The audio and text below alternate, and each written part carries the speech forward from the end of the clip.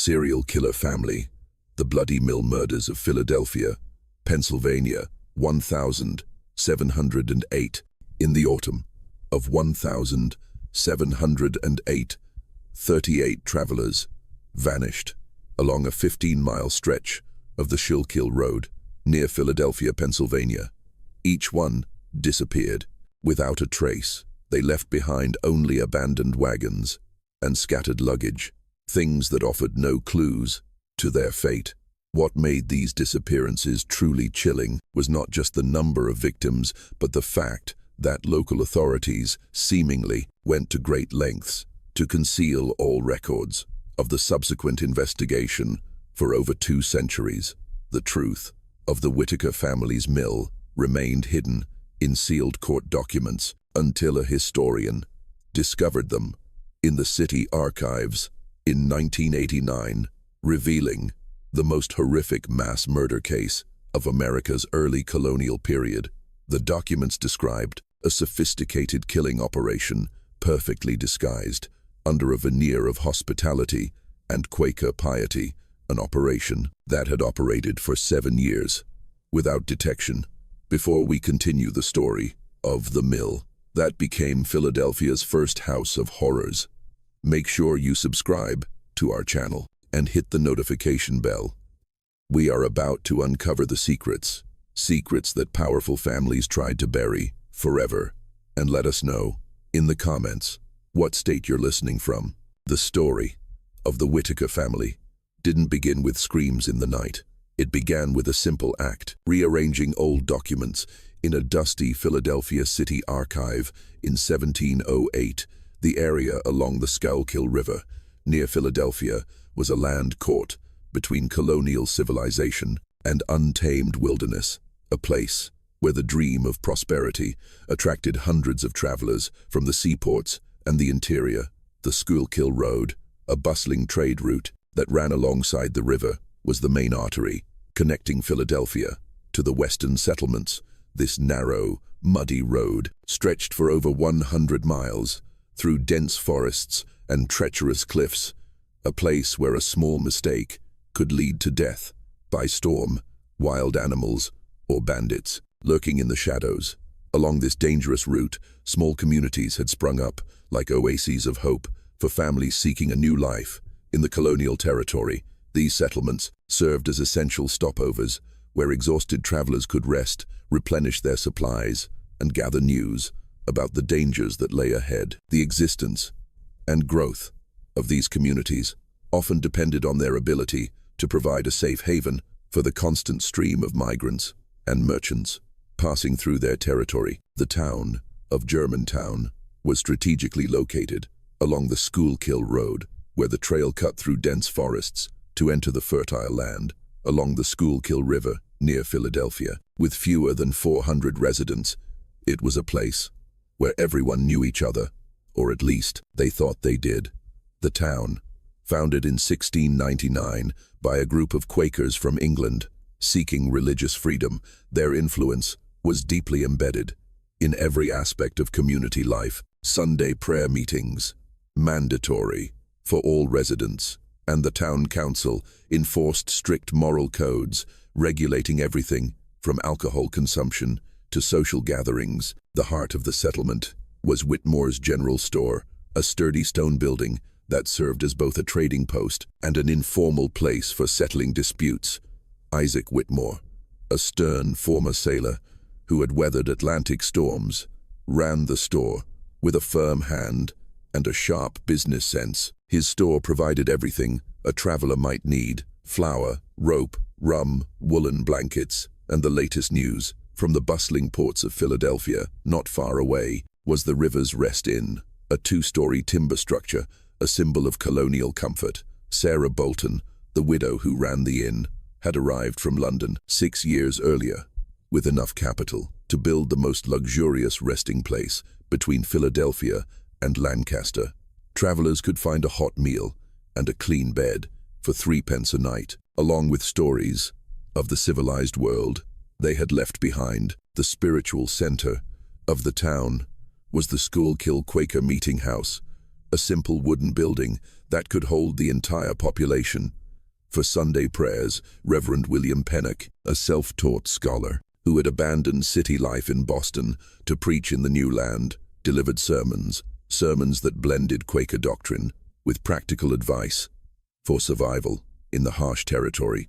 His presence gave Germantown an air of respectability, attracting travelers and settlers who might have otherwise just passed through. Among the most respected residents of Germantown were the Whitaker family, Samuel, his wife, Hannah, and their 3 adult children, 2 sons, Ezra and Levi, and a daughter, Esther.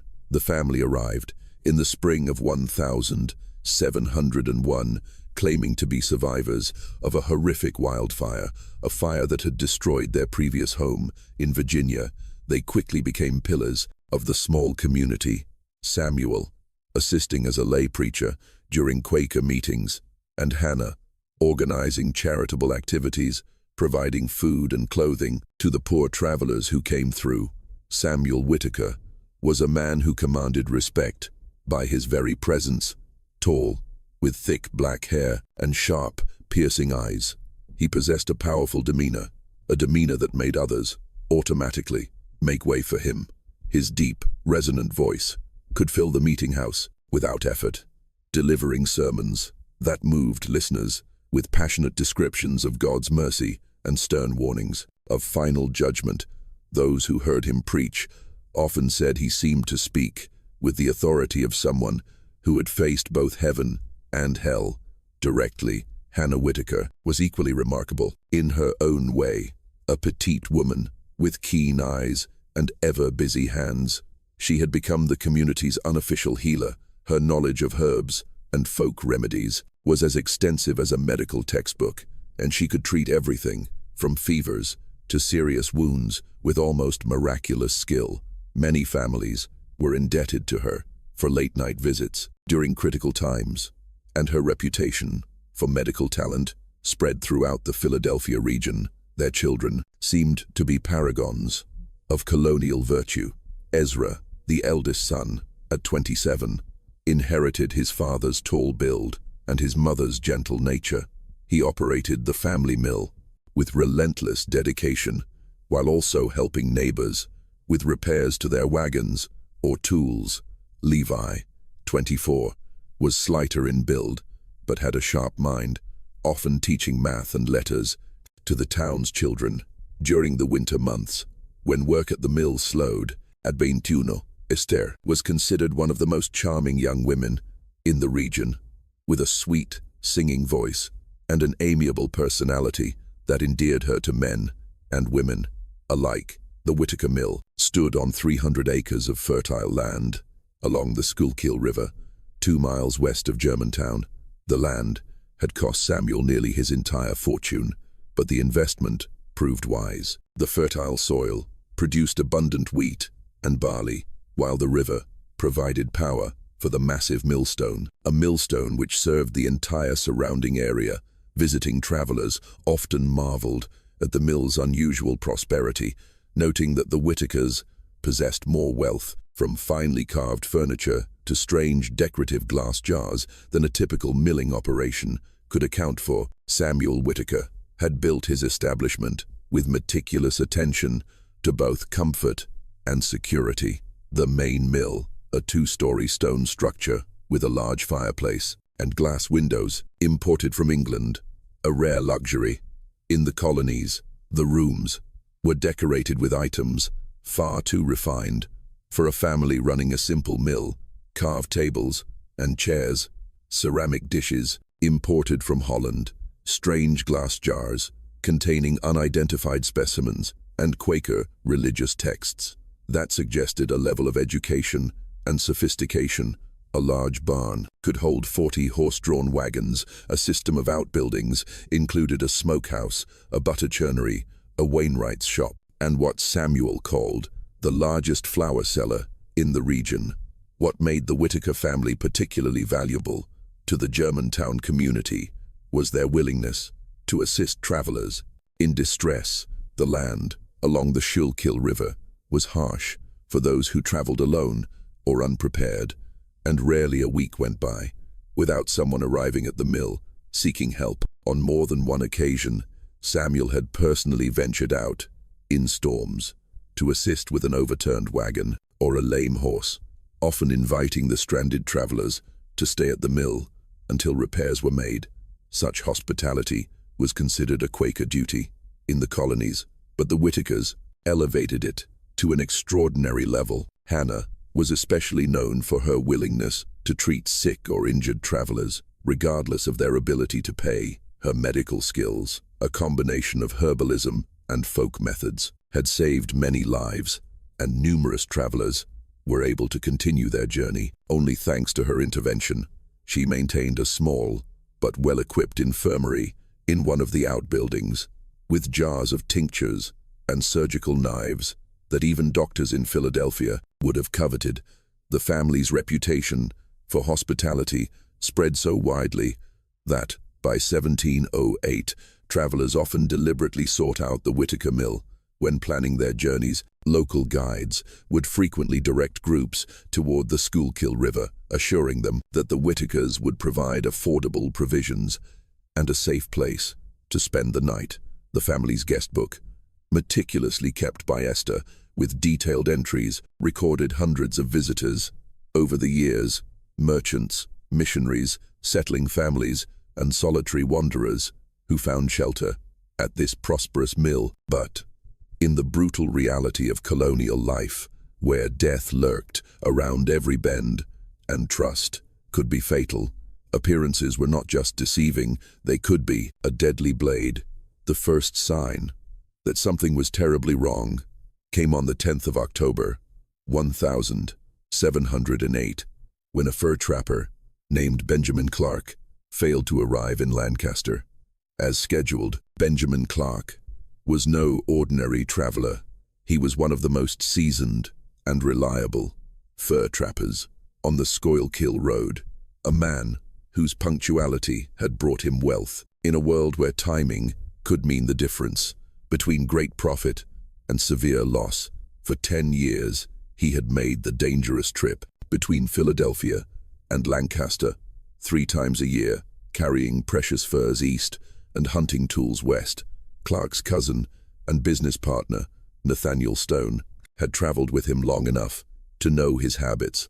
Clark never deviated from his schedule without sending word ahead, and he always avoided unnecessary risks that could jeopardize his valuable cargo.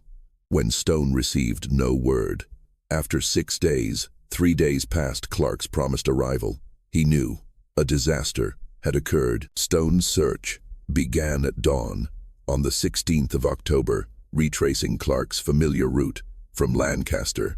He questioned innkeepers, merchants, and farmers along the way, each confirming that Clark had passed through.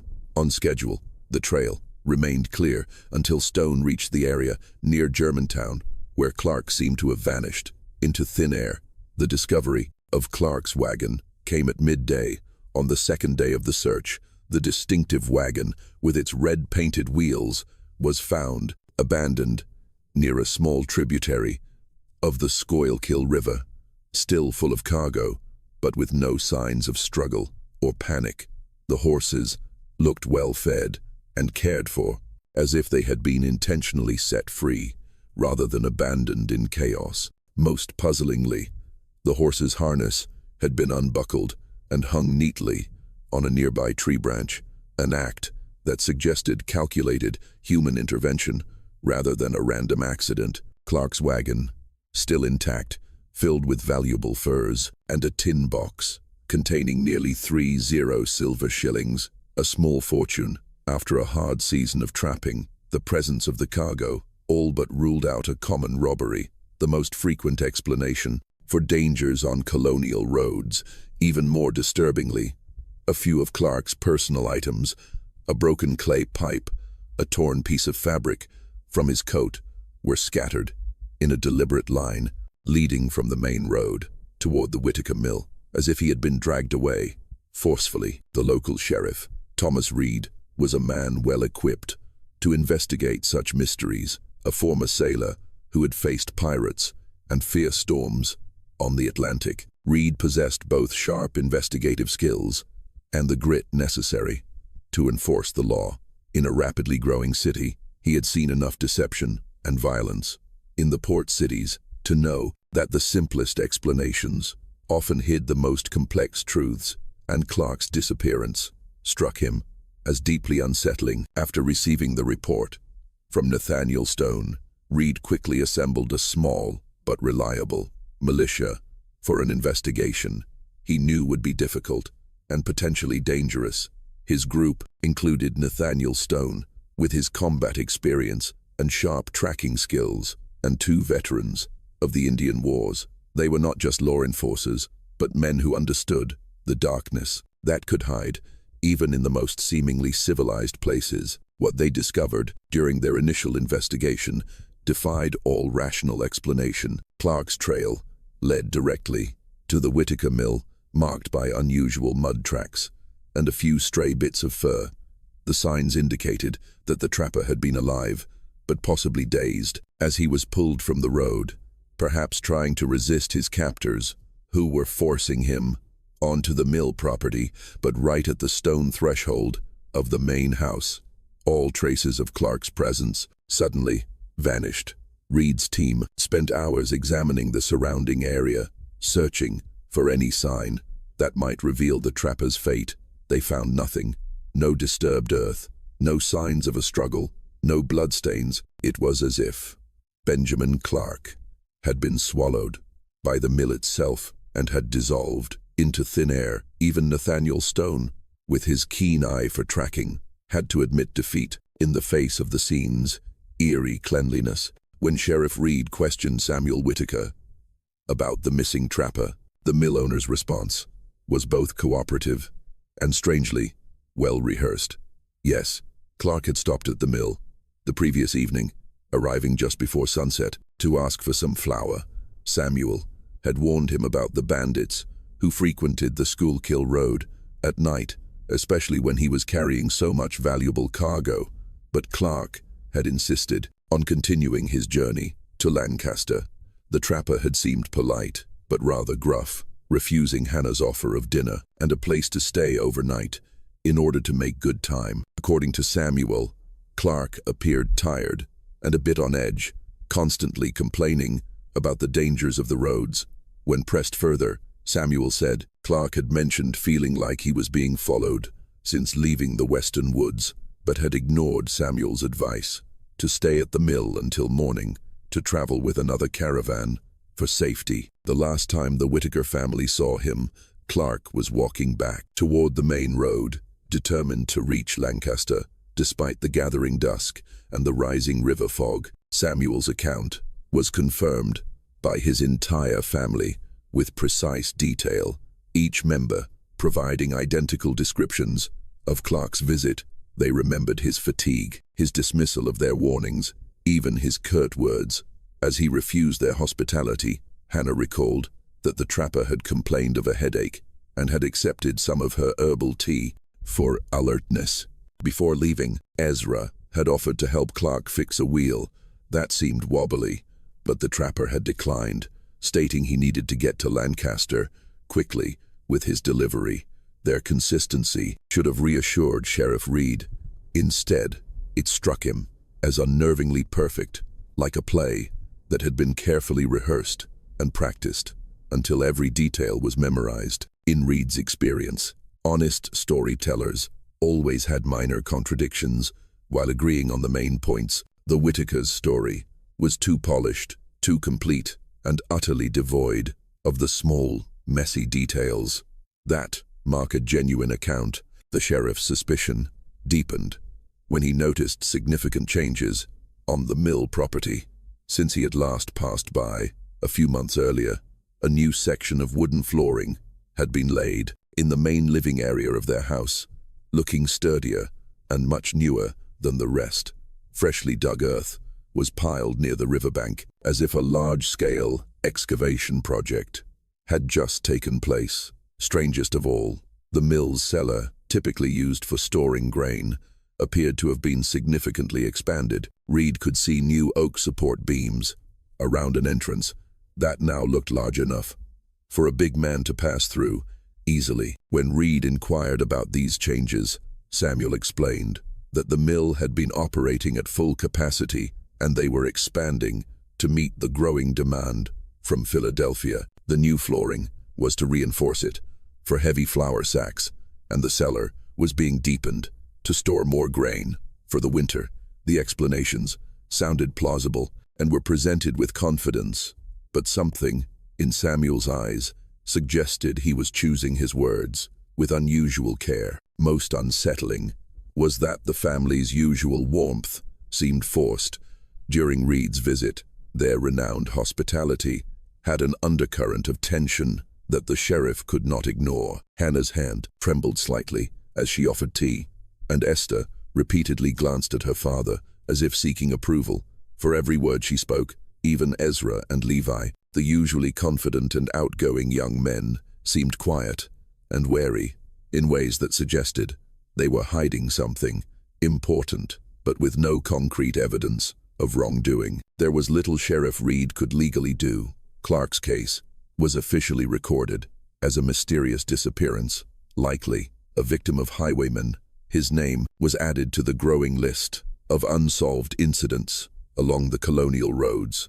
The trapper's wagon was sold at auction, and within a month, Benjamin Clark existed only in the memories of those who had known him. However, Clark's disappearance was only the beginning of a pattern that would sow terror on the Schuylkill Road in the months to come, turning a prosperous trade route into a place where travelers whispered warnings and families dared not travel after dark. Throughout the autumn of 1708 and into the winter, the disappearances continued with frightening regularity, defying all logical explanation. Every 2 to 3 weeks, another traveler would vanish without a trace along the same stretch of road, creating a zone of fear around the Whitaker Mill. The victims were diverse in age, wealth, and traveling circumstances.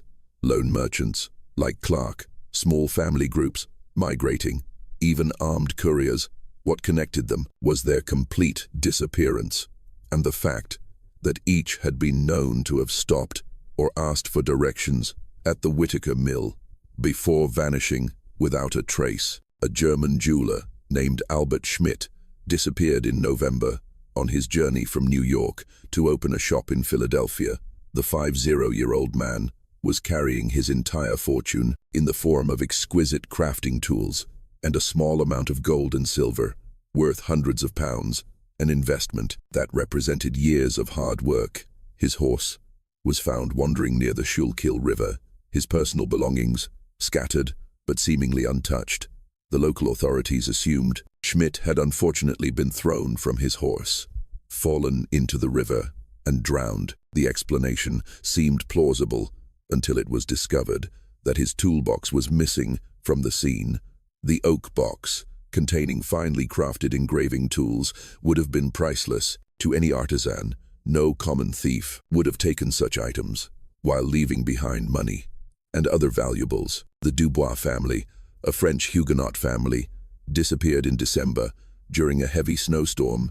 Pierre Dubois, his wife, Isabelle, and their 2 young children had sought shelter when their wagon became mired in mud just a few hundred yards from the Whitaker Mill. According to Samuel's later account, the Dubois family never reached his mill, despite the short distance, likely getting lost in the blizzard and succumbing to exposure in the dense woods. Their bodies were never found, despite extensive searches. Once the weather cleared, what made the Dubois family's disappearance particularly disturbing was the discovery of their wagon. A week later, the vehicle had been pulled out of the mud and left by the side of the road, cleaned of mud, and seemingly thoroughly searched. The family's clothing and personal belongings were gone, but their food and household supplies remained intact. Most puzzlingly, the footprints around the wagon indicated that several people had worked together to free it from the mud, an act that would have required significant time and effort. In the treacherous weather, January brought the disappearance of Reverend Silas Croft, a Quaker missionary who was carrying donations for a new meeting house in Lancaster. Croft was known throughout the region for his benevolence and his fearless travels through even the most remote areas. The 60-year-old Reverend had overcome countless hardships in his 20 years of ministry, making his disappearance particularly shocking to the communities that had considered him a man. Protected by God, Croft's horse was found 3 days after he vanished, still carrying saddlebags containing a significant sum of donation money. The presence of the money ruled out robbery as a motive, but raised disturbing questions about what kind of threat could have subdued such a respected and well-loved man. Local authorities eventually concluded that Croft had likely lost his way in the fog, fallen from his horse, and died somewhere in the dense woods along the Schuylkill River. Each disappearance followed an inexplicable pattern: abandoned horses found grazing freely or tied to a tree, personal belongings scattered in a way that suggested sudden violence or a struggle, and a clear trail leading toward the Whitaker Mill before vanishing completely. Yet, whenever questioned by the increasingly suspicious Sheriff Reed, the Whitaker family offered plausible explanations that could not be disproven. They had seen some of the travelers, yes, but only briefly, and often from a distance. Each victim had been warned about various dangers, bad weather, lurking bandits, but had chosen to continue their journey against the family's concerned advice. In some cases, the Whitakers had offered food and shelter, but had been politely refused by the travelers, who seemed determined to maintain their schedules, regardless of the risks. Sheriff Reed found himself trapped in an impossible situation, growing more frustrated with each new disappearance. The Whitaker family was one of Philadelphia's most respected families. Their reputation for hard work and Quaker piety was beyond reproach. Samuel's sermons at the meeting house continued to draw large crowds. His simple and sincere interpretation of the scriptures impressed even the most esteemed Quaker leaders. Hannah's cooking and healing skills had helped many families through harsh winters, earning her a reputation as a benevolent and trustworthy woman. To accuse such pillars of the community without irrefutable evidence would be a reckless act, one that could ruin Reed's career and lead to his social ostracism. Reed had seen what happened to officials who dared to challenge the influential. They found themselves isolated, removed from their posts, and sometimes facing slanderous accusations. Philadelphia, though civilized, still operated on a complex network of family and business ties, and attacking the wrong family could ruin a man's life more effectively than any legal proceeding. Furthermore, the family's explanations, though always convenient, were entirely believable. In the colonial context, the Schuylkill Road was genuinely dangerous, with lurking bandits, unpredictable weather, and countless natural hazards that could claim a life at any moment. Dozens of travelers disappeared each year under far less mysterious circumstances than those surrounding the Whitaker Mill. What made this cluster of disappearances statistically distinct was the sheer number of people in a short period, all last seen near the same location. But statistics mean little in a world where evidence was everything, and the evidence seemed to evaporate like mist on the river. Whenever investigators approached the Whitaker property, the family welcomed interrogations, answered questions with an air of openness and sincerity, and even offered to help in searches along the riverbank. Their cooperation was so perfect and enthusiastic that it almost felt like a mockery of the increasingly frustrated sheriff. The first crack in the family's carefully maintained facade came from an unlikely source: a 10-year-old fisherman's boy named Finn O'Malley, whose family lived in a small cabin downriver from the Whitaker Mill, about a mile away, came to Sheriff Reed in February 1709 with a story that at first seemed to be the product of a child's imagination. The boy recounted that on cold winter nights, when he was out setting eel traps, he had heard strange sounds coming from the direction of the Whitaker Mill, but these were not the normal sounds of a working mill. He heard muffled screams, as if from someone in sheer terror, but they were quickly silenced. These screams were often drowned out by the roar of the massive water wheel, but in moments of quiet wind, they echoed eerily. According to Finn, he had heard such sounds at least 4 times throughout the winter, always in the dead of night. When the rest of the town was asleep, the scream would last only for a few seconds, followed by a loud, heavy thud, as if something massive had fallen, and then the water wheel would resume its steady turning. The sounds always ended abruptly, followed by the silence of the night, leaving Finn to wonder if he had imagined the whole thing. When Reed questioned the boy's father, a cooper, he admitted to hearing strange noises from the mill at night, but had dismissed them as the normal sounds of an industrial operation. Perhaps it was machinery malfunctioning or wood breaking under the weight of the grinding stones. After all, the Whitakers were respectable Quakers who had never given any cause for suspicion. What possible explanation could there be for screams in the night coming from such a hard-working and pious family? Finn's account might have been dismissed as childish fantasy or misunderstood machine sounds, except for one detail that gave Sheriff Reed considerable pause. When questioned further, the boy was able to describe the approximate nights he had heard the screams, and each night corresponded exactly with the estimated time a traveler had gone missing. The correlation was too precise to be a coincidence, too consistent to be explained by chance. Armed with the disturbing testimony of young Finn O'Malley, Sheriff Reed began to build a case against the Whitaker family with the methodical patience of a man who understood that accusations against such a reputable family would require absolutely undeniable proof. He started by quietly interviewing others who lived and worked along the river near the mill, asking carefully chosen questions so as not to reveal his growing suspicions or alert the Whitakers to his investigation. What emerged from these discreet inquiries was a disturbing pattern of small inconsistencies and unexplained phenomena, things that had been overlooked, dismissed, or rationalized by people who trusted the family's reputation more than their own observations. Each piece of evidence was small when considered alone, but together they painted a picture that made Reed's blood run cold. Elias Vance, an old ferryman whose landing was near the mill, recalled several nights when he had seen unusual activity at their property, lanterns moving near the riverbank at hours when all decent folk should be asleep, and sometimes he heard the sound of heavy objects being dragged across the mill's wooden floors, seeming to continue until dawn.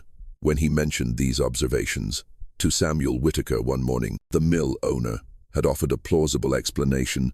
They often had to mill flour at night to meet early morning deliveries for Philadelphia's bakeries, and the noise was just the sound of flour sacks being moved. The explanation had satisfied Elias at the time, but in hindsight, he realized that these nighttime activities seemed disproportionate to the amount of flour a family mill could produce. Furthermore, he had never seen them load large quantities of excavated earth onto any boat. Despite rumors they were expanding their cellar, when pressed by Reed for more details, Elias admitted that sometimes, mixed in with the sounds of machinery, he seemed to hear abruptly cut-off screams and cries of pain, muffled by the roar of the water wheel. An old fisherman named Silas Blackwood, who often cast his nets near the mill, reported even more disturbing findings. Blackwood, who had an intimate knowledge of the river and every creature living in it, had discovered strange objects caught in his nets, not the usual logs or debris, but torn pieces of cloth, strange buttons, and sometimes small bone fragments that had been crushed and worn down by the current. Most disturbingly, some of the bone fragments, though tiny, did not seem to be from fish or animals. They were strangely clean, as if they had been boiled, and had sharp, straight cuts that suggested toolwork rather than natural decomposition or animal gnawing. When Blackwood approached Samuel Whitaker about these strange findings, The mill owner offered an explanation that seemed plausible, yet not entirely satisfactory. He suggested they were likely refuse from upstream settlements, or perhaps the remains of diseased animals that other families had thrown into the river for disposal. The strong current of the Schuylkill could carry anything, but Blackwood's experienced eye noted details that contradicted this innocent explanation. The fragments always seemed to appear in the same stretch of the river, just downstream from the mill's water outlet. Furthermore, many in the Quaker community had reported significant changes in the Whitaker family's behavior and attitude over the past year. The children, once open and friendly youths, had become withdrawn and quiet, avoiding social gatherings and speaking only when directly addressed. Ezra and Levi, who had previously been very sociable, now seemed tense and distracted during meetings, as if constantly haunted by private worries. The transformation of Esther Whitaker was particularly striking. The young woman, once admired for her angelic voice and radiant smile, now looked gaunt and pale, her face bearing a vague expression of fear that made people uncomfortable. She had stopped singing in meetings altogether, and when she appeared in public, she seemed to avoid eye contact, as if afraid of revealing some terrible secret. Even Samuel's talks at the meeting house had taken on a darker tone in recent months, focusing obsessively on themes of God's judgment, the corruption of the material world, and the need to purge the soul of sin. Where his words once emphasized inner peace and benevolence, they now focused almost entirely on punishment and retribution. Some of the older members of the community had privately expressed concern about the growing harshness of his interpretations. Sheriff Reed also discovered disturbing holes in the Whitaker family's background story, which raised serious questions about their true identity and origins. While they claimed to be survivors of a wildfire in Virginia, no one could verify their previous residence or confirm the specific fire that supposedly drove them to Philadelphia. Reed's inquiries with authorities in Virginia found no records of a Whitaker family owning a mill affected by fire during the time they claimed. Furthermore, the family's arrival in Philadelphia seemed to mark the beginning of their recorded existence, as if the Whitakers had materialized out of thin air. In 1701, they had no correspondence from relatives, no business records from their previous life, no personal belongings that predated their appearance in Philadelphia. For a family that claimed to have lost everything in a fire, they had arrived with significant financial resources and the ability to build an impressive mill. The sheriff's investigation received an unexpected and alarming boost. In March 1709, when a traveling merchant named Gideon Finch arrived in Philadelphia with information that turned suspicion into near certainty. Finch was a well-known figure along the colonial routes, a man whose business required him to travel constantly between cities and who possessed an encyclopedic knowledge of events and figures throughout the region. Finch had spent the previous winter near the Roanoke settlement in North Carolina, where he had heard disturbing stories of a series of disappearances that had plagued the Riverside region. From 1,695 to 1,700, according to local accounts, at least 20 travelers had vanished along a remote stretch of road near a prosperous inn run by a family named Davenport. Josiah Davenport, his wife, Abigail, and their 3 adult children. The similarities between the North Carolina disappearances and the current cases in Philadelphia were too striking to be a coincidence. The pattern was identical. Travelers would be seen heading toward the Davenport family's inn and would then disappear, leaving behind only abandoned wagons and looted luggage. Local authorities had suspected the family but had never been able to prove their involvement, hampered by the same lack of physical evidence that was frustrating Reed's current investigation. Even more chilling were Finch's descriptions of the Davenport family themselves. Josiah was a respected innkeeper, known for his piety and hospitality. Meanwhile, Abigail was praised throughout the region for her delicious food and her knowledge of herbs. They had arrived in the Roanoke area, claiming to be survivors of a plague in Maryland with no verifiable history. Before their sudden appearance, the family was known for their hospitality to travelers and had built a reputation as respectable members of the community. When Finch described the physical appearance of the Davenport family, Sheriff Reed felt his blood run cold. Josiah Davenport was a large, imposing man with salt and pepper hair and sharp eyes. Abigail was small and quick, with skillful hands and an extensive knowledge of herbs. Their children were the same age and had descriptions so identical to Ezra, Levi, and Esther Whitaker that they could have been the same people. Most damning of all, the Davenport family had disappeared overnight in the spring of 1701, abandoning their inn and vanishing without explanation, just as suspicion about the disappearances began to focus on their property. Neighbors had found the property deserted, with signs of a hasty departure and deliberate destruction. The inn had been partially burned, the well had been filled with rocks and debris, and the entire property showed evidence of a systematic removal of anything that might provide clues to the family's true identity or activities. When North Carolina authorities finally obtained a warrant to search the abandoned Davenport property, they made discoveries that still haunted the investigators involved. Hidden in the woods behind the inn were several shallow graves containing the remains of both animals and humans. The human remains included personal items belonging to several of the missing travelers, providing undeniable proof that the Davenport family had been responsible for multiple murders. But by then, the killers had completely vanished, leaving behind only their crimes and the mystery of their true identity.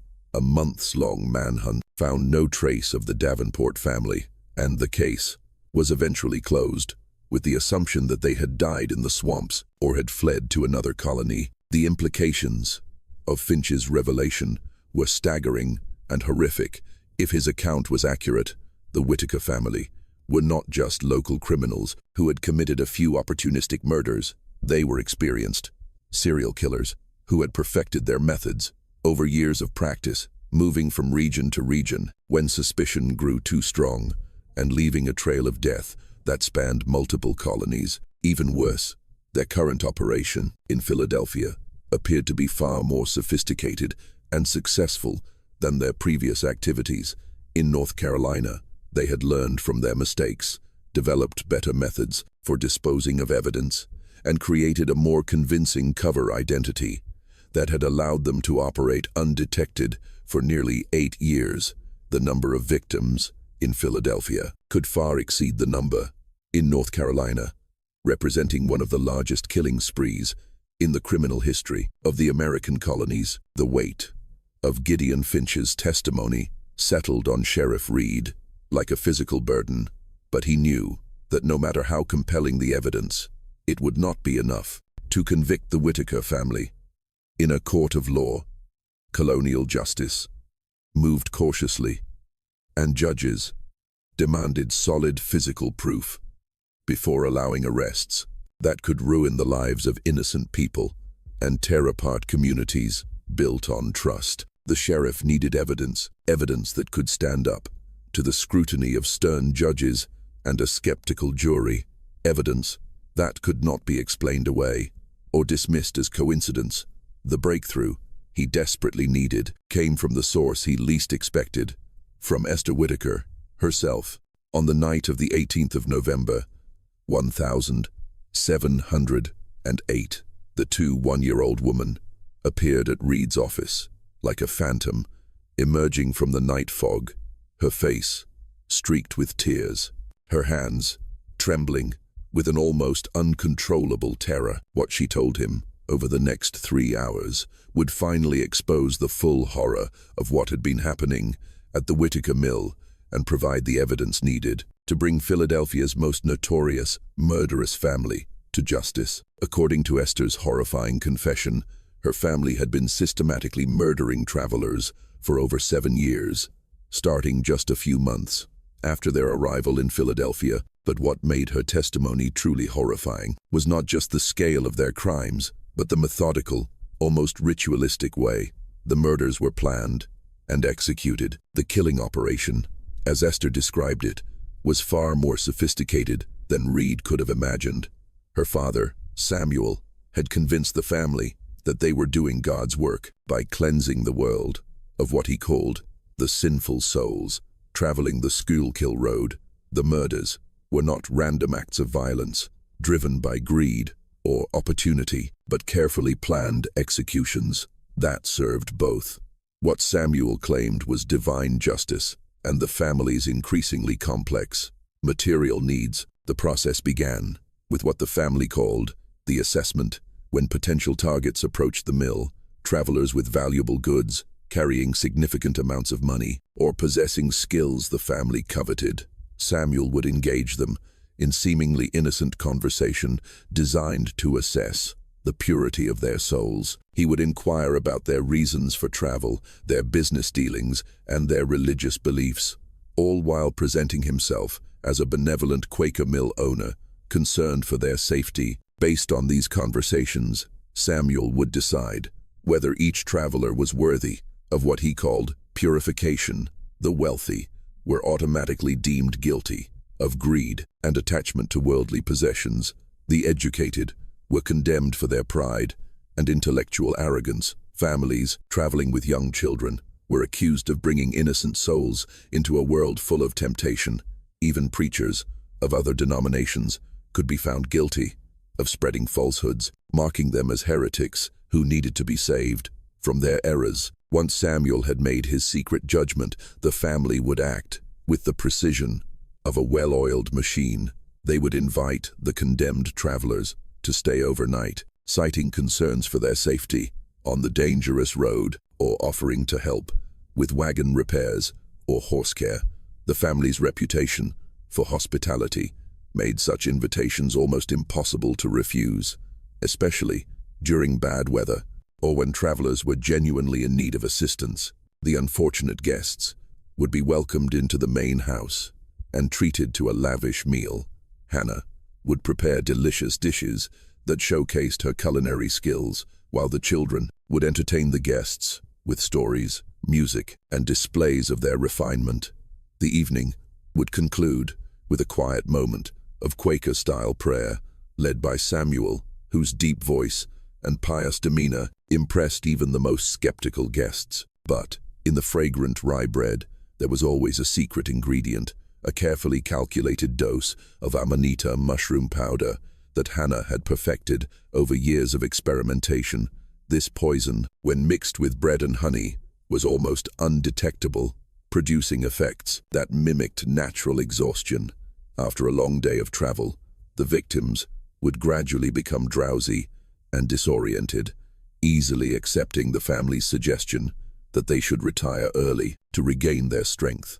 For the next day's journey, the drug travelers would awaken to find themselves bound and helpless in the mill's cellars, a complex network of chambers and tunnels dug deep into the underlying granite bedrock. According to Esther's horrifying description, the underground complex stretched for more than 300 meters from the mill out to the riverbank, with multiple levels connected by slippery stone steps and wooden ladders. The largest chamber served as what Samuel called his judgment room, a grotesque parody of legal proceedings, complete with a makeshift dais built from wooden barrels, iron manacles bolted to the stone walls, and simple Quaker religious symbols twisted into instruments of terror. Here, Samuel would preside over sham trials that determined the final fate of each prisoner, presenting evidence of their worldly sins and delivering preordained sentences. But the trials were not merely cruel theater. They served a practical purpose in the family's twisted psychology by framing the murders as acts of purification rather than simple crimes. Samuel created a belief system that allowed his family to commit heinous acts while maintaining a self-image as pious Quakers. Each murder became a sacred mission, each victim a lost soul who needed to be freed from their worldly burden. The sentences, handed down in Samuel's underground judgment room, varied according to his assessment of each victim's guilt and the family's current needs. Some prisoners were kept alive for weeks or even months, forced to use their skills for the family's benefit. Before being executed, the jeweler, Albert Schmidt, was forced to train Ezra in basic crafting techniques. Before his death, Reverend Silas Croft was made to write meditations on humility that Samuel later used in his own talks, enhancing his reputation as a man of deep wisdom. Others faced immediate execution, often by methods Samuel considered symbolic. Drowning in a subterranean cistern was the fate reserved for those guilty of pride or blasphemy, but the most brutal execution was reserved for those Samuel deemed most wicked: wealthy merchants, educated men, and anyone who showed skepticism about faith. They were crushed beneath the giant millstone. Esther's testimony revealed the systematic nature of the family's crimes in terrifying detail. Each member had been assigned specific roles in both the murders and the elaborate cover-up that followed. Ezra and Levi served as the muscle of the operation, responsible for capturing victims through trapdoors, maintaining the underground complex, and disposing of bodies through the underground culvert that led to the river. Their size and strength made them ideal for the physical demands of moving prisoners and heavy stones. Esther herself had been forced to be the family's record keeper, maintaining detailed ledgers that documented the identity, possessions, and method of disposal for each victim. Her careful handwriting filled multiple notebooks with information that read like a merchant's inventory, except the goods listed were human lives and the transactions were murders. Each entry included the victim's name, age, physical appearance, estimated wealth, and personal effects, along with notes on their last words and behavior during their captivity. Hannah's role was perhaps the most crucial to the operation's success. In addition to preparing the poisoned bread that incapacitated the victims, she was the family's caregiver, keeping prisoners alive when their skills were needed and ensuring that the executions proceeded without complications that might create evidence. Her knowledge of herbs and the human body, acquired through years of helping the community, had been twisted into an expertise in torture and murder. Most chillingly, Hannah had developed what she called cures for prisoners who proved uncooperative or tried to escape. These punishments were designed to break the will without causing death, using techniques that combined her herbal knowledge with psychological torment. Prisoners who refused to comply with the family's demands would be given calculated doses of pain-inducing and hallucinogenic teas until they became completely submissive. The family's success in avoiding detection depended not just on careful planning. It required an elaborate system of disposal and deception to eliminate all evidence of their crimes. The bodies were never buried on the mill property. Instead, after being crushed or drowned, they were passed through the secret underground culvert and released into the Schuylkill River.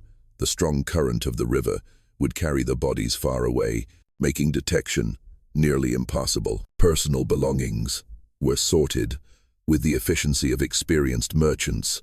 Items of monetary value, jewelry, fine weapons, and tools were either kept by the family or sold in distant markets like New York or Baltimore, where they could not be traced to the missing persons. Less valuable items were carefully scattered along roads in the region, creating false trails that suggested common robberies. Even the victims' clothing was systematically processed, with useful garments kept for the family's use, while distinctive items were burned in the bake oven to prevent identification. Horses posed a particular challenge because they were both valuable and easily recognizable. The family had developed relationships with unscrupulous horse traders in neighboring colonies, who asked no questions about the animals' origins by selling the horses far from where their owners disappeared. The Whitakers created more false trails. That further confused investigations, but perhaps the most ingenious aspect of their deception was the way they used their reputation in the Quaker community to deflect suspicion. Every act of kindness, every bit of help from Hannah, every sermon by Samuel served a dual purpose. They genuinely helped the community while creating a reputation that made the family almost impossible to suspect. Who would believe that people who lived by the peaceful principles of Quakerism could be responsible for systematic murder? The family had even developed contingency plans for different types of investigations. If the authorities became too suspicious, they would temporarily halt their killing activities, while increasing their charitable works to reinforce their reputation. They had identified several escape routes that would allow them to quickly abandon the mill if discovery seemed imminent, just as they had done when they left North Carolina years before. According to Esther, the family had been planning to expand their operations significantly. They had identified several other remote inns and mills along trade routes where similar purification activities could be conducted, creating a network of killing sites that would allow them to operate with even greater impunity. The ultimate goal was to establish what Samuel called centers of divine justice throughout the colonies, eliminating sinful souls on a scale that would reshape the moral order of the New World. But what finally pushed Esther to confess was not a moral awakening or a sudden pang of conscience. It was terror for her own life. She revealed that Samuel had grown increasingly paranoid about the possibility of being discovered and had begun to see anyone who might pose a threat as worthy of purification. That list now included several neighbors who had asked too many questions. Gideon Finch, the merchant who had been making inquiries about the North Carolina disappearances, and even Sheriff Reed himself. Even more frighteningly, Esther revealed that another victim was currently being held in the cellars, a Dutch cartographer named Willem de Vries, who had been captured 3 days earlier and was scheduled to be judged the following night. But de Vries was not the only prisoner in the family's custody. Unbeknownst to anyone outside, they were also holding 2 other captives, a young woman named Sarah Monroe, who had been missing for over a week, and an older man, identified as Captain James McGregor, a sea merchant who had vanished the previous month. The revelation that multiple victims were being held simultaneously showed how confident the family had become in their methods and how dramatically they had escalated their activities. What began as opportunistic murders of isolated travelers had evolved into something resembling an industrial killing operation, with prisoners being held, sorted, and executed on a complex schedule that treated human life as raw material for the family's twisted purposes. Reed realized that the time for careful investigation and legal procedure was over. If Esther's information was accurate, innocent people would die within hours unless immediate action was taken. But he also knew that a direct confrontation with the Whitaker family would be extremely dangerous. They were armed, prepared for resistance, and operating from a fortified position, the stone mill itself, a position they had spent years perfecting for this very type of situation. Sheriff Reed faced the most difficult decision of his career.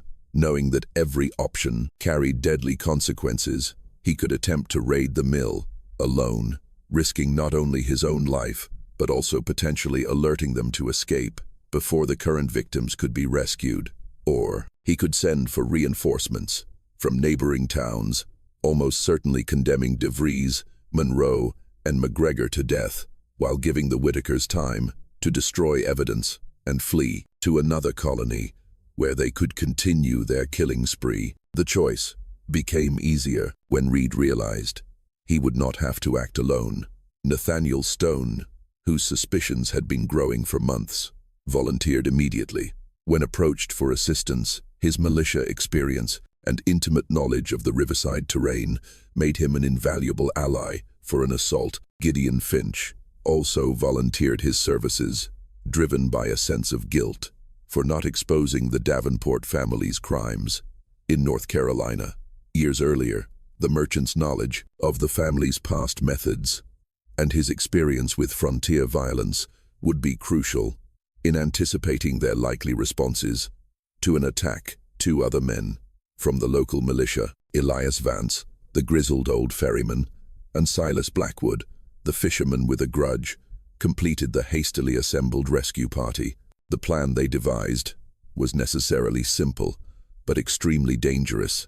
The group would approach the mill after midnight on the 20th of November, using the cover of darkness and surprise to overcome the family's defensive advantages. Their primary goal was to rescue the captive victims, with the capture of the killers a secondary consideration. If the Whitakers could not be taken alive, the rescuers were prepared to use whatever force was necessary to prevent their escape. Esther had provided crucial intelligence on the mill's layout and the family's likely defensive positions. The underground complex had only two known entrances, the main one through the grain cellar, and a hidden escape route, the culvert, that led directly to the Schuylkill River. The family kept weapons at both locations, and Samuel had trained his sons in defensive tactics designed to hold off attackers long enough for the family to escape via the river. Approaching the mill required a silent boat trip along the riverbank, which would leave the rescuers completely exposed.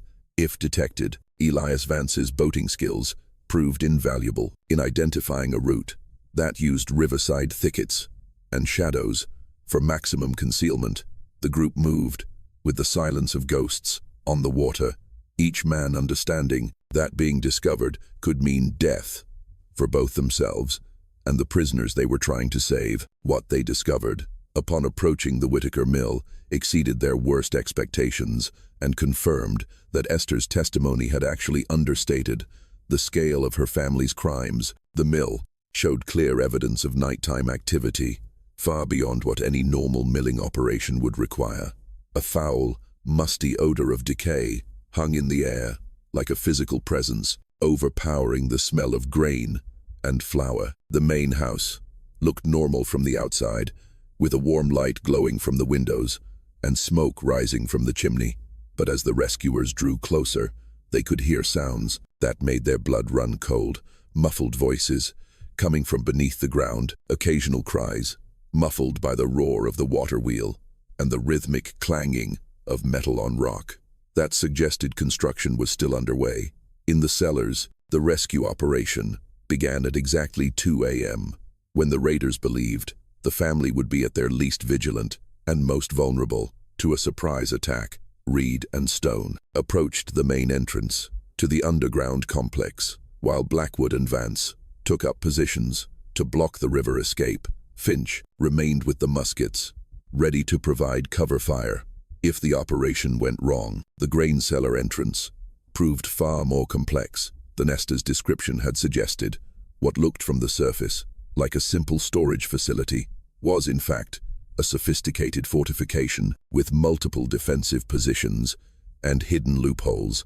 The Whitaker family had spent years preparing for this exact type of assault, creating kill zones that would allow a few defenders to hold off a much larger attacking force. But the raiders' greatest advantage was complete surprise. The family had grown complacent after years of successful operation, never imagining that their respectable Quaker cover could be pierced by the local sheriff. When Reed and Stone stormed the underground complex, they found Samuel and his sons completely unprepared for resistance, instead focused on the grisly work of preparing their current victims for judgment. The rescue of the prisoners was both easier and more horrifying than the raiders had anticipated. They found Willem de Vries chained in a damp stone cell, weakened after days without adequate food, but still alive and conscious. Sarah Monroe was in worse condition, showing signs of the cures that Hannah had used to break her resistance. Captain McGregor was unconscious, his health having failed after weeks of captivity and psychological torture. But the prisoners were not the only ones. In the underground complex, as the raiders moved deeper into the warren of tunnels, they discovered evidence of the family's crimes that defied human comprehension. The granite caverns contained a gruesome collection spanning nearly a decade of systematic murder. Bones, fragments of clothing, and personal belongings littered multiple chambers, creating an archaeological record of brutality that would take weeks to fully catalogue. The physical evidence was overwhelming in both its scale and detail. In addition to the human remains, the raiders found the detailed ledgers that Esther had described, written in her careful hand and organized with the precision of an accountant's books. The ledgers contained the names, descriptions, and final possessions of 38 victims, stretching back nearly 8 years, far more than Reed had ever suspected, and representing one of the largest killing sprees in colonial criminal history. But perhaps the most damning evidence was discovered in what Samuel called his judgment room. The underground chamber contained not only the makeshift pulpit and perverted religious symbols, but also a morbid sin collection, small glass vials containing hair, fingernails, and blood from the victims, kept by Samuel as proof of purification. The capture of the Whitaker family was swift but violent, as Samuel and his sons tried to fight their way out of the underground complex. Rather than face the justice they had denied their victims, the mill owner showed no surprise at being discovered, instead launching into a rambling sermon about God's judgment and the righteousness of his mission. Even as gunfire echoed through the stone cellars, Ezra and Levi fought with the desperate ferocity of men who knew they faced certain death if captured, using their intimate knowledge of the tunnels to launch attacks from concealed positions. The battle raged through multiple chambers for nearly an hour, with the raiders forced to advance carefully through passages the defenders had prepared as kill zones. The end came when Samuel and Ezra were cornered at the river culvert and killed. In the confrontation, Hannah, trapped in the main house above, took her own life with the same poisonous fungi she had used on her victims. Levi was captured while trying to escape. Only Esther surrendered voluntarily, her confession having doomed her family and sealed their fate. She was found in her room, sitting motionless, seemingly resigned to whatever judgment awaited her. Her cooperation with the investigation was driven not by a moral awakening, but by the terror that her father's fanaticism would eventually mark her for purification, along with the family's other perceived enemies. The aftermath of the Whitaker family's capture sent shockwaves throughout Philadelphia and the neighboring colonies, forcing communities to confront the horrific reality that one of their most respected Quaker families had been systematically murdering people for nearly a decade. The evidence recovered from the underground complex was so overwhelming and disturbing that city authorities struggled to process the full scale of the crimes. The investigation following the raid revealed details that surpassed even the raiders' worst expectations. The tunnel system beneath the Whitaker mill was far more extensive than anyone had imagined, stretching for nearly 300 meters through natural granite caverns that the family had modified for their murderous purposes. Many of the chambers had been dug out and reinforced, creating an underground complex that could hold dozens of prisoners at once. The physical evidence recovered from these chambers painted a picture of systematic murder that stretched back not just the nearly 8 years the family had lived in Philadelphia, but likely to years of similar crimes in other colonies. In addition to the 38 victims documented in Esther's careful ledgers, searchers found personal items and human remains, suggesting the actual number of murders was significantly higher. Particularly disturbing was the discovery of children's clothing and toys among the recovered evidence, indicating that entire families had been murdered, not just individual travelers. The Dubois family, who had disappeared in the December snowstorm, were discovered to have been held in the underground complex. For over a week before being executed, their children, aged 4 and 7, had been kept alive for several days after their parents' deaths, before being killed, and their bodies released into the river through the culvert. The trial of the remaining members of the Whitaker family began in December 1708 and lasted only a few days, drawing spectators from across Philadelphia and the surrounding regions. The town hall was packed daily with a crowd that included relatives of the victims, curious onlookers, and legal experts who recognized the case as unprecedented in colonial criminal history. The evidence presented was so overwhelming and disturbing that the presiding judge ordered portions of the testimony sealed from the public to prevent widespread panic. Levi Whitaker's behavior during the trial shocked even experienced court observers. Instead of showing remorse for his crimes, he remained defiantly silent, only occasionally repeating his father's words about purification and divine justice. He claimed that every murder was God's will, part of a war against the corruption and materialism that was infesting the New World. According to the family's twisted theology, they had been chosen as instruments of divine judgment, tasked with eliminating lost souls who posed a threat to the moral order of a new society. The money and goods taken from the victims were not theft, but just compensation for their sacred work. The elaborate underground complex was not a prison, but a place for enforcing God's justice.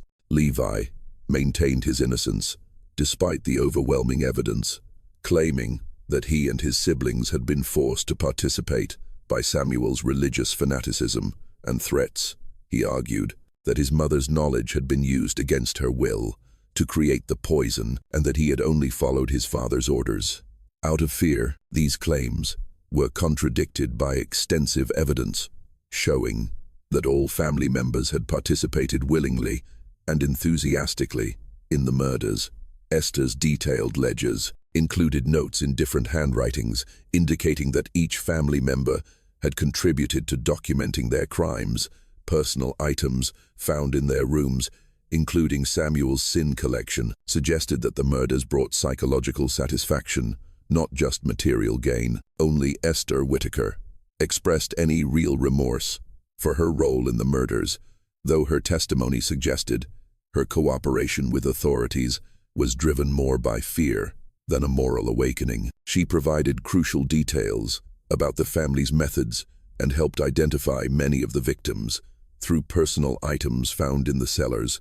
Her willingness to testify against her family earned her a degree of leniency from the court, though she would still face severe punishment for her involvement in the crimes. The verdicts were delivered swiftly and decisively, reflecting both the severity of the crimes and the community's demand for justice. Levi Whitaker was sentenced to death by hanging, with the execution scheduled for the 15th of December 1708. The date was chosen deliberately. It marked nearly 2 months since the disappearance of Benjamin Clark had first exposed the family's crimes and initiated the investigation that led to their capture. Esther Whitaker received a sentence of life imprisonment, spared the death penalty, in exchange for her cooperation with the authorities and her youth. At the time many of the crimes were committed, the execution of Levi Whitaker drew a massive crowd to Philadelphia's Central Square, with thousands from across the region coming to witness the end of the city's most notorious, murderous family. The event had a solemn but tense atmosphere, with citizens whispering about the terrible deception that had taken place in their midst. Levi died in silence, his death closing one of the darkest chapters in Philadelphia's criminal history. The Whitaker Mill was completely destroyed shortly after the trial, with every stone torn down in a ritualistic act of community catharsis. The underground tunnels were filled with granite and earth, creating a tomb that ensured the family's victims could finally rest in peace. City authorities declared the land defiled and forbade any future construction on the site, but the legacy of the Whitaker family's crimes extended far beyond their own deaths, setting important precedents in the colonial legal system and fundamentally changing the way communities viewed the balance between trust and security. The case led to new regulations for inspecting inns and public stopovers and established procedures for investigating missing persons that would influence police work for decades. More importantly, the Whitaker case served as a chilling warning about the dangers of blindly trusting reputation and the ease with which evil could hide behind a respectable facade. Communities along the colonial routes began to question their assumptions about neighbors and strangers, recognizing that appearances could conceal the darkest intentions. The legal proceedings also set important precedents for the use of circumstantial evidence and the protection of witnesses who cooperate with the authorities. Esther Whitaker's testimony proved that family loyalty could be overcome by fear and the right legal protections, paving the way for similar prosecutions. In other complex criminal cases, the surviving records of the case were sealed by court order in 1710, with access restricted to officials and legal scholars. This decision was made partly to protect the privacy of the victims' families, but also to prevent the case from inspiring copycat crimes by other twisted individuals. For nearly 2 centuries, the full truth of the Whitaker family remained hidden in those sealed documents, with only fragments of the story surviving in Philadelphia's folklore. The few historians who were granted access to the records had to sign non-disclosure agreements. Even local memory gradually forgot the specific details of the murders, turning the story into vague tales of a haunted mill on the banks of the Schuylkill River. The location of the mill itself became uncertain as the city grew and the landscape changed. The rediscovery of the case files in 1959 finally allowed historians to piece together the complete story of one of America's first serial-killing families. But even today, many questions remain unanswered. The tunnel system, where the family carried out their crimes, was never fully explored, and historians believe that other evidence may still be hidden in the sealed-off passages which were too dangerous for 18th-century investigators to access. Modern forensic techniques could potentially reveal much more about the family's crimes, but the sealed caverns would be extremely difficult and expensive to excavate. City authorities have shown little interest in reopening what they consider a historical matter, preferring to let the dead rest rather than risk new revelations that could be traumatic. For the descendants of the victims, the Whitaker case also highlights the fragility of newly formed communities which valued reputation over evidence and trust over vigilance. The family's success depended not just on their own criminal skill, but also on the willingness of their neighbors to overlook uncomfortable evidence in order to maintain social harmony. The price of that willingness was measured in human lives. This mystery shows us that early American justice was often more complex and disturbing than traditional histories have acknowledged. The formation of the colonies created not just opportunities for honest settlers, but also perfect hunting grounds for predators who knew how to exploit the trust and desperation of vulnerable travelers. What do you think of this story? Do you believe everything has been revealed about the Whitaker family's crimes? Or could there be even darker secrets still buried beneath the soil of Philadelphia? Could similar families have operated in other colonies without ever being discovered? Leave your comments below and share your theories on this horrifying case. If you enjoyed this story and want more dark history like it, subscribe, hit the notification bell, and share with your fellow mystery lovers. We'll see you in the next story.